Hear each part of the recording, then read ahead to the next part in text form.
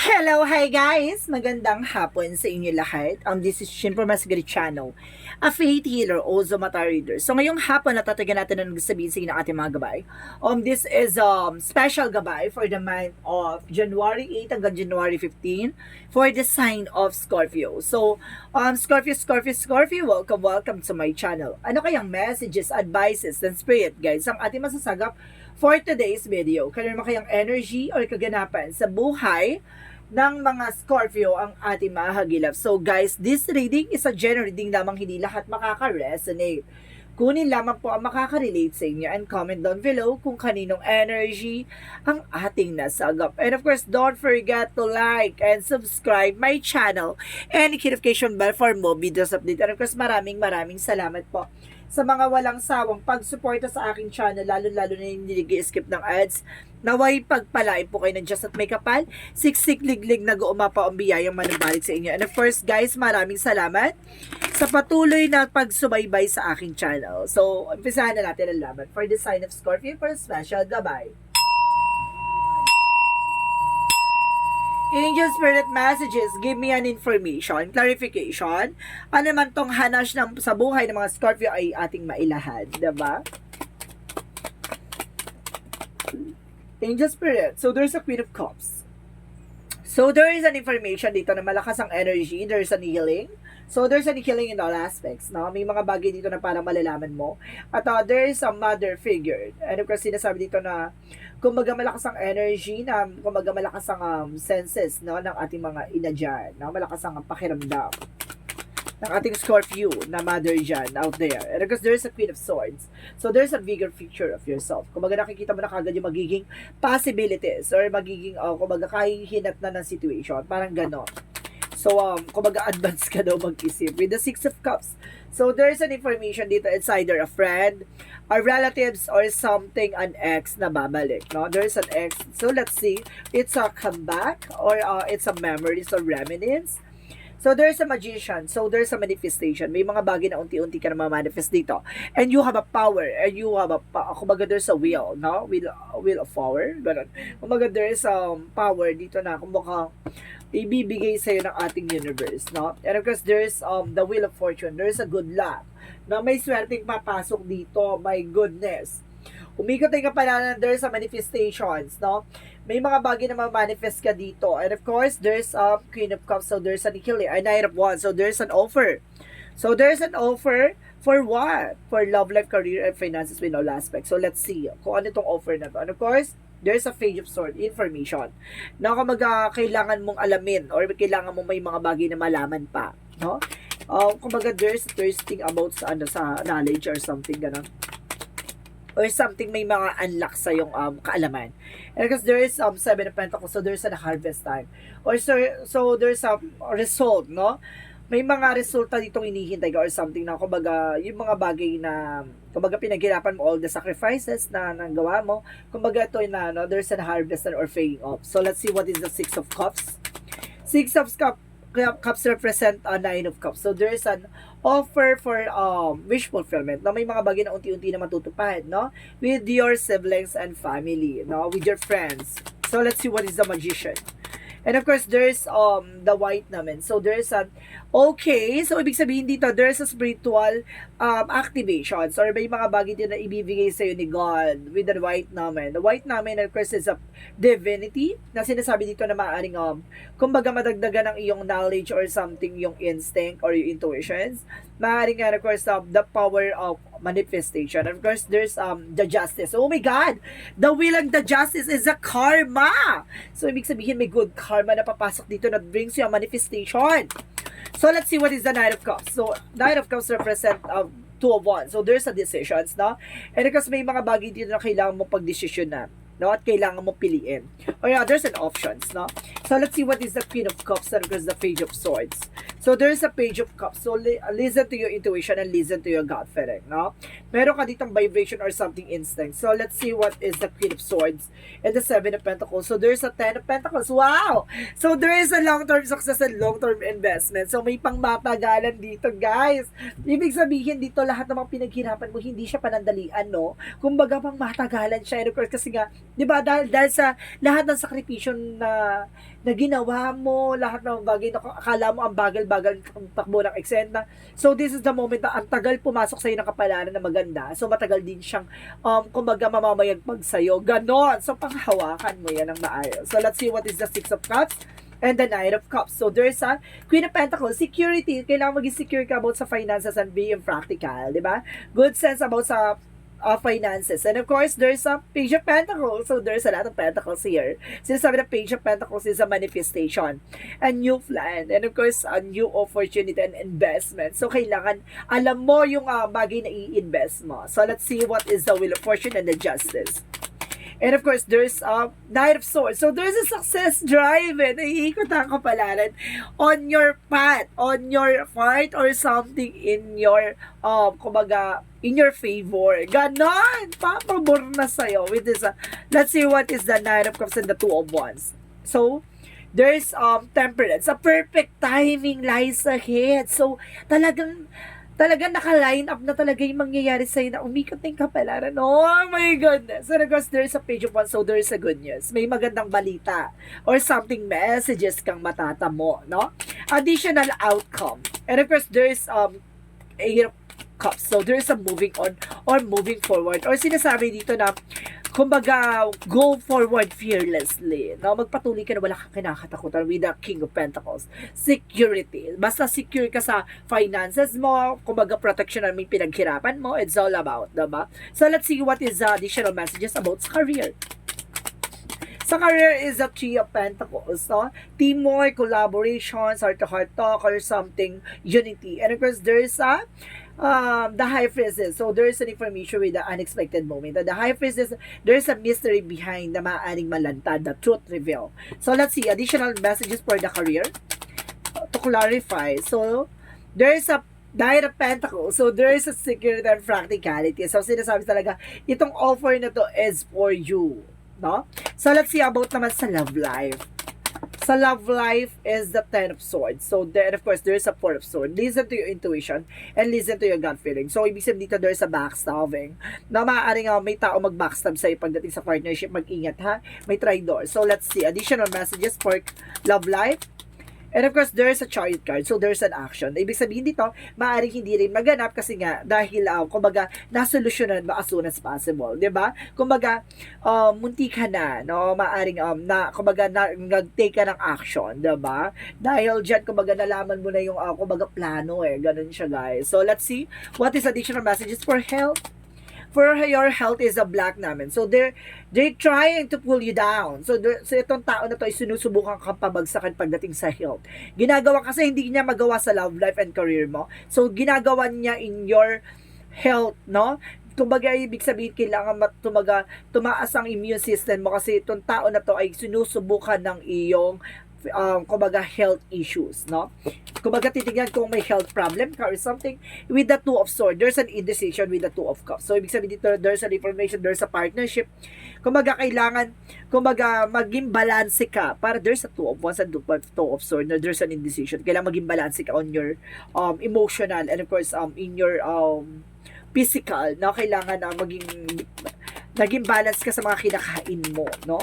And that the Empress card is a revert, na maaring there's a renewal, maaring kumbaga sinasabi ang Empress card is like detoxification, na parang nililinis mo naman siguro yung mga kinakain mo, no? Yung like kumakain ka ng fruits and vegetables or something na kumbaga mabilis siya mag-digest sa iyong katawan, no? Kumbaga yung nakakatulong yun for your digestive system. So, let's see. And the power of the deck, there's a Ten of Cups. So, there's a happiness. No? Talagang may kaligayahan, talagang naka-antabay sa'yo. So, let's see what is additional messages for magical fairy messages. For magical fairy messages is express your individuality. Allow your true self to shine because you're awesome, no? Ipakita, kumbaga hayaan mong yung sarili mo yung malantad or something signature, yung mga bagay na kumbaga yung katangian mo, no? Yung makita nila, 'di ba? Yung parang okay dahil pala ganto ganyan siya kasi kumbaga deserve niya naman, diba? Yung parang ganon. And of course, there's a summer. So, there's a summer. So, this coming summer, so kailangan mo mag-unwind. Everything that you're asking for becomes you're in the summertime. So, oh my God! So, there's a summer season. So, let's see what is the yin and yang oracle card.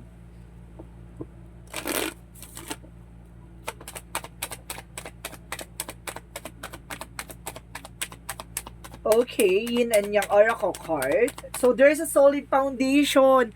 Oh my God! So, talaga pinalalakas at pinatitibay ka. And there's a memories. So, ibig sabihin dito, kumbaga yung mga nakaraan na nangyari sa'yo, it's, kumbaga, dinadala mo pa rin yung lessons na yan, 'di ba? Hindi ka nakakalimot.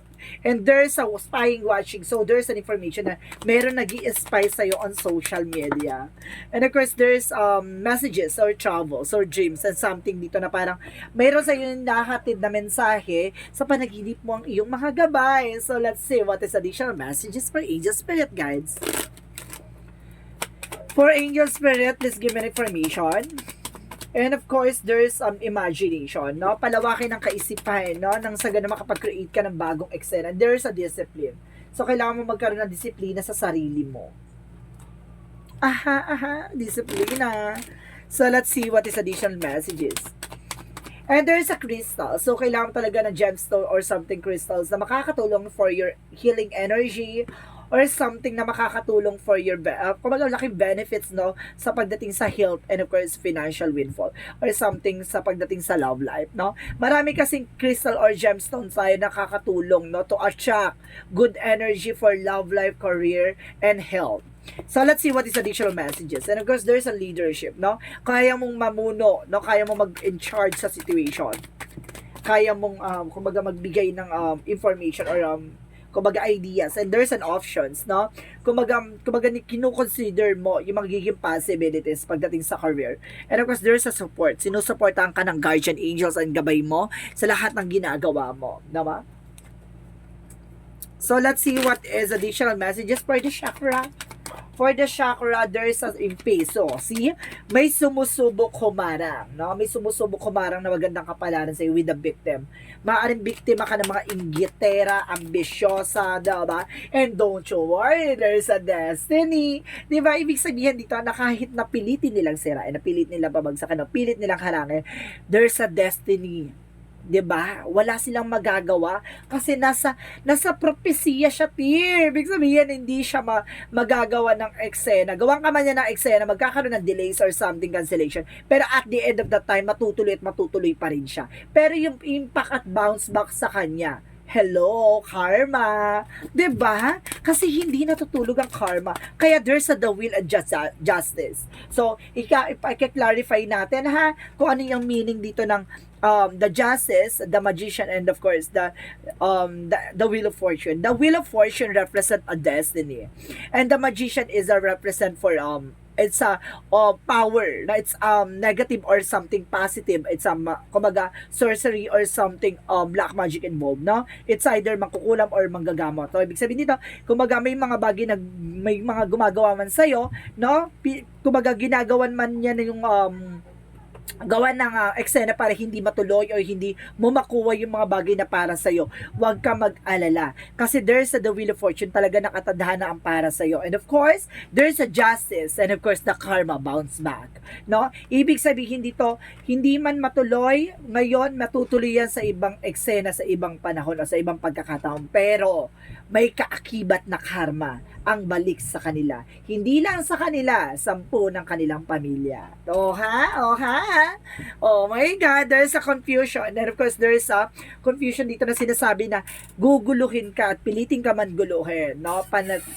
Kumbaga nananatiling mas malinaw ang kaisipan mo kaysa sa kanila. No?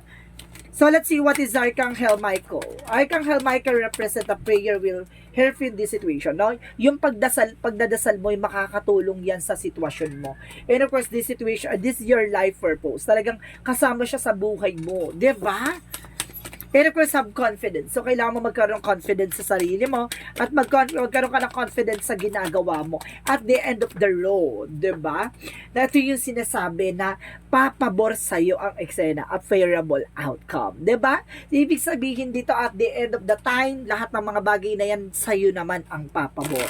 Diba? So, let's see what is the romance angels. So, romance angel represent a soulmate. So, some of you, kung kumbaga pagdating sa partnership, itong asawa mo, itong partner mo, itong jowa mo is your soulmate. No? So, let's see what is your Monsology. Let's see what is your Monsology. Bring love in this situation. Mahalin mo kung ano yung nasa sitwasyon mo. And of course, what you need to release. No? Bring love in this situation. And of course, what you need to release. Ano yung mga bagay na kailangan mong alisin.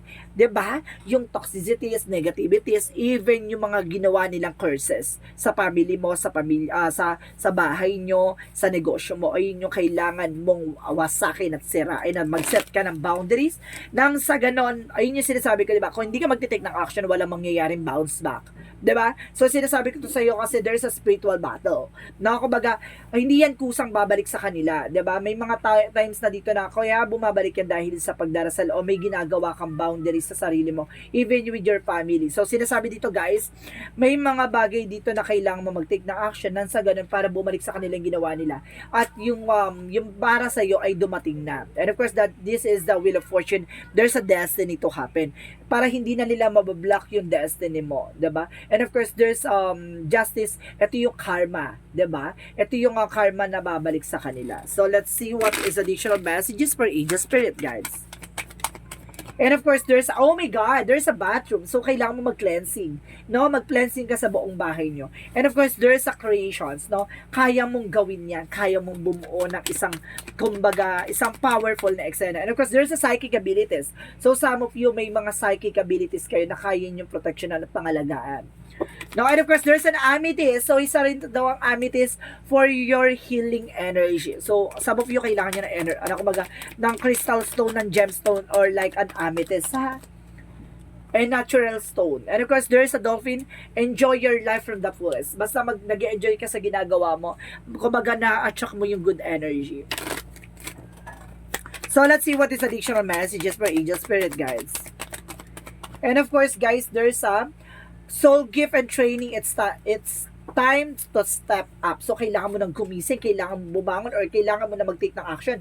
Kasi there's a soul gift. May itong, kumbaga, regalo to ng universe na kaya mong protectionan o kaya mong mag-set ng boundaries or something na, kumbaga, or kailangan mo nang gawa ng mag-set ng boundaries. Nang sa ganoon, di ba? Kumbaga, matanggal yung blockages na napapalob sa iyong pamilya and of course, sa sarili mo. And of course, there's the void. Stop the pattern. Ito yung sinasabi, diba?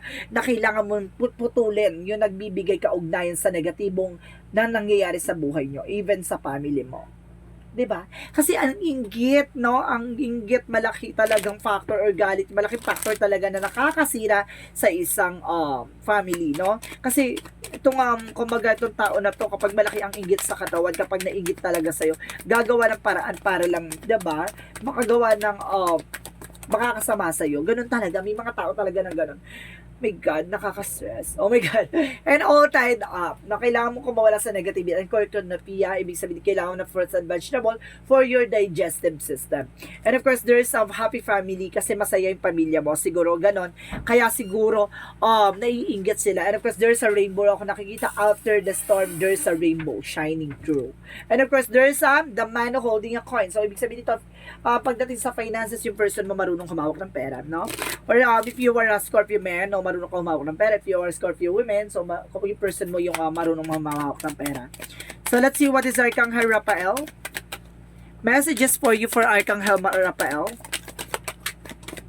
So, there's an easy does it. So, ibig sabihin dito, may mga bagay dito na parang, kailangan mong bitawan o pakawalan. So, there's a healing process. So, ibig sabihin dito, may mga bagay na kailangan mong, kumbaga, pangalagaan, diba? At kumbaga, easy lang. So, ibig sabihin, kalma lang. Let go, no? Kumbaga, there's a body flow or something, kumbaga, money flow or something, kumbaga, let go, surrender, diba? Sumabay ka lang sa agos. Follow the flow. And pray always. So, kailangan mo magdasal palagi. Pray always. So, let's see what is the angel's answer, guys, no? Mag-isip ka ng question, guys, kung ano gusto mo yung tanong. Nandito yung kasagutan. Bibilang ako ng 3. Kailangan nakapag-isip ka na, okay? Oh my God. 1, 2, 3. Angel's answer. Give me answer for the question.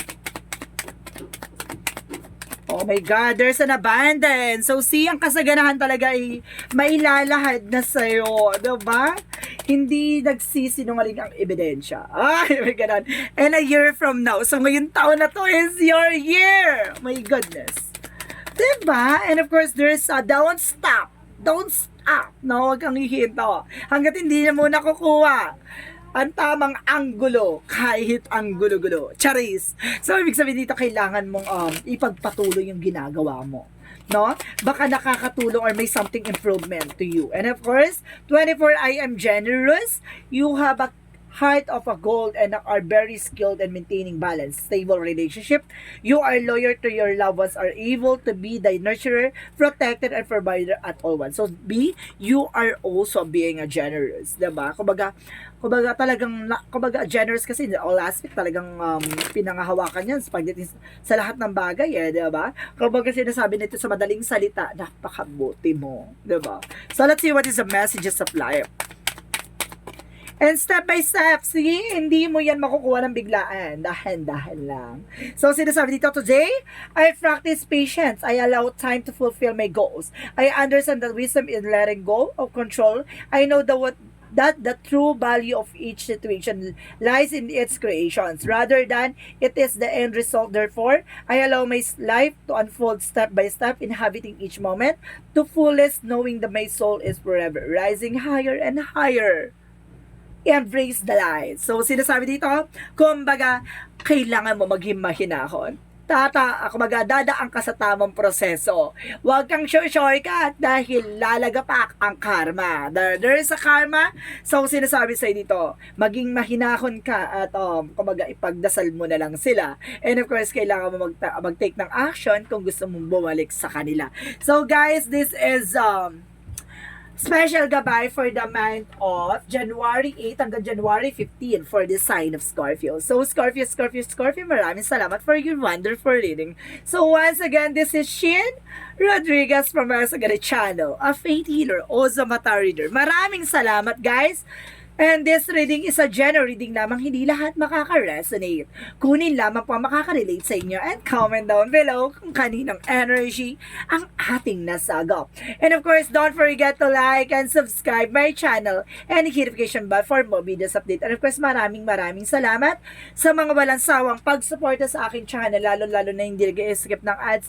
Naway pagpalain kayo ng Diyos at may kapal, siksik, liglig, nag-uuma po ang biyayang manumbalik sa inyo. And of course, maraming salamat po and see you in the next video. Bye-bye and babosh!